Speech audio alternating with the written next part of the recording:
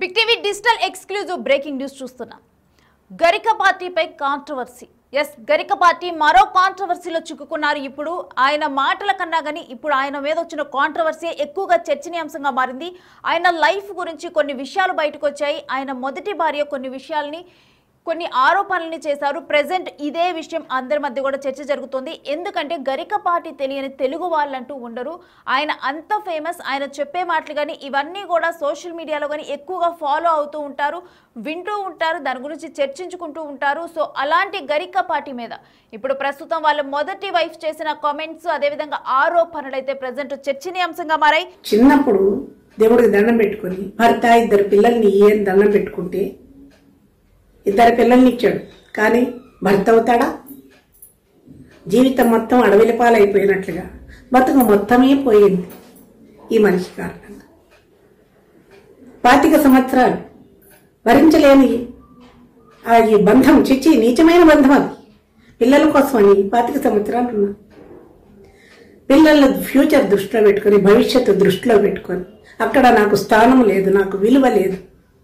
ఎందుకంటే register marriage కూడా చేసుకోలేదు, 10 మంది ఎదురుకుండా పెళ్లి కూడా చేసుకోలేదు. నాకంటే 2 ఏళ్ళు చిన్నవాడు నన్ను అన్యాయంగా ఎత్తుకొచ్చి నా జీవితంతో చెలగాటమాడుకున్నాడు. ధర్మబద్ధమైన పెళ్లి చేసుకున్న వాడికి భార్యని ఎలా చూసుకోవాలో తెలుస్తుంది. ఎత్తుకొచ్చిన వాడికి ఏం తెలుస్తుందండి? పెళ్లి చేసుకున్నాడా, ఒక దండ వేస్తే అది పెళ్లి అవుతుందండి? అన్నీ భరించేది ఎందుకు? 25 సంవత్సరాలు నా పిల్లల కోసం, ప్రాణాధికమైన నా పిల్లల కోసం నేను భరించి నోరు మూసుకుని ఉన్నాను. పిల్లల గురించినటువంటి బాధ్యత లేదు. స్త్రీని గౌరవించడం తెలియదు, ప్రేమించడం తెలియదు. ప్రేమ గౌరవం ఈ రెండు పక్కన పెడితే అక్కడ నా పాత్ర ఏమీ లేదు. పిల్లలు ఆవారాగా తిరుగుతున్నారు. వాళ్ళ భవిష్యత్తును దృష్టిలో పెట్టుకొని ఈ రిలేషన్ వాళ్ళ మీద పడకూడదు, దుష్ప్రభావం పడకూడదు అనే ఉద్దేశంతో నేను ఎలాగో నా జీవితం పోయింది అనుకొని పిల్లల్ని నువ్వే చూసుకోని బాధ్యతను 10-12 ఏళ్ల పిల్లలు అంతవరకు నేను పెంచానండి స్త్రీగా. అప్పచెప్పి బయటకు వచ్చేసాను. పిల్లల్ని ఎందుకు వదిలేసేవారి కామెంట్లో ఒక్కొక్కళ్ళు రేగిపోతున్నారు. ఉద్యోగం లేదు, ఉన్న ఇంటిని తెల్ల కాగితాల మీద సంతకాలు పెట్టించుకొని ఈ నీచుడు, ఈ దుష్టుడు రాయించేసుకున్నాడు తన పేరు. ఆస్తి లేదు, ఉద్యోగం లేదు. ఈ దుర్మార్గుడితో ఉన్న కారణంగా పుట్టింటి వాళ్ళు తలుపులు క్లోజ్ చేసేసారు. ఎక్కడికి వెళ్ళడానికి లేదు. ఏం చేయాలి? పిల్లల్ని తీసుకెళ్ళి ఎలా పెంచాలి? సొసైటీలో తండ్రి ఎవరని అడుగుతారు, తల్లి ఎవరని అడగరు. ఇన్ని ఆలోచించి ప్రేమని మనసులోనే చంపేసుకొని పిల్లల్ని బాధ్యత అప్పచెప్పేసి బయటకు వచ్చేసా. కేవలం పిల్లల ఫ్యూచర్ కోసమని, వాళ్ళ భవిష్యత్తును దృష్టిలో పెట్టుకుని బయటకు వచ్చేసా.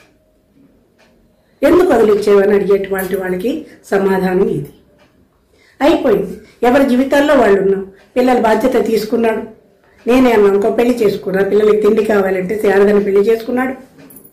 పాపం ఆమె చాలా ఉత్తమురాలు. ఆమె అంటే నాకు చాలా ప్రేమ. ఎందుకు?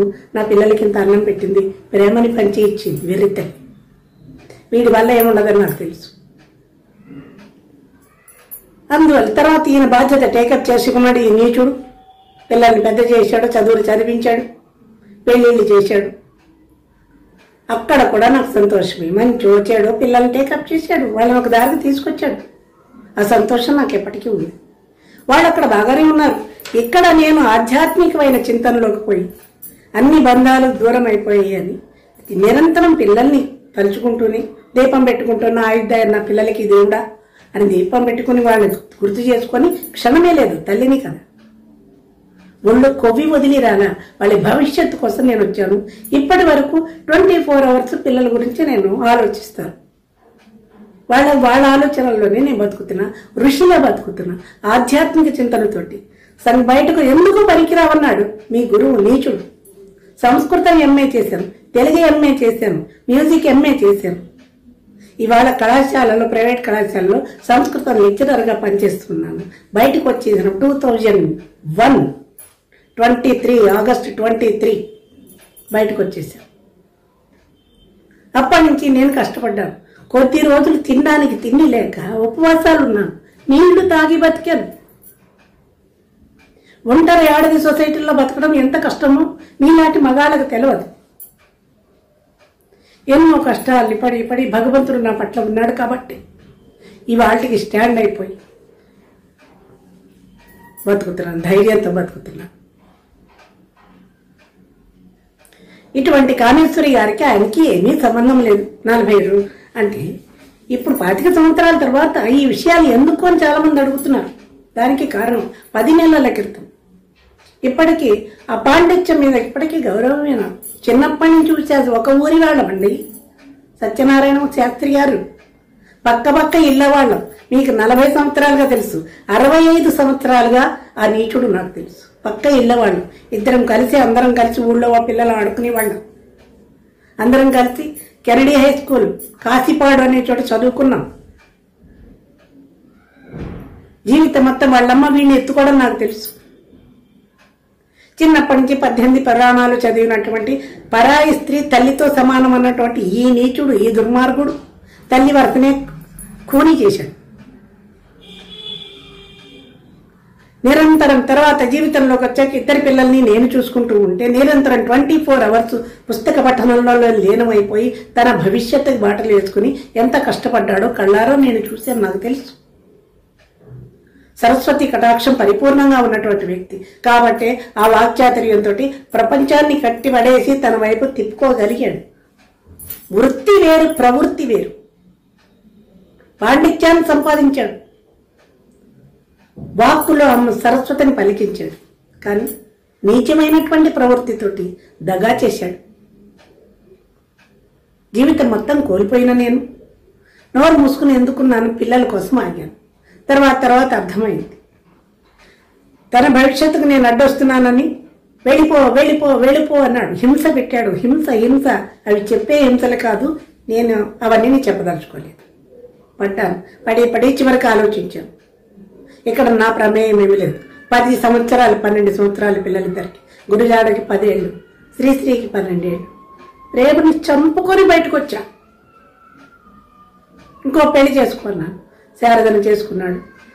కష్టపడ్డాడు, ఒక స్థాయికి వచ్చాడు, పద్మశ్రీలు సంపాదించాడు, ప్రపంచంలో కీర్తి గడించుకున్నాడు, కోట్లు సంపాదించుకున్నాడు. వాళ్ళు చెప్తున్నారు కదా, నేను సంతోషం. ఇప్పటికీ నా పిల్లలు కోట్లకి వారసులు, పెళ్ళిళ్ళు చేసుకున్నారు, సుఖంగా ఉన్నారని నేను చాలా సంతోషపడుతూ ఉన్నటువంటి ఈ సందర్భంలో ఎందుకు బయటకు వచ్చేవని అడుగుతున్నారు కదా.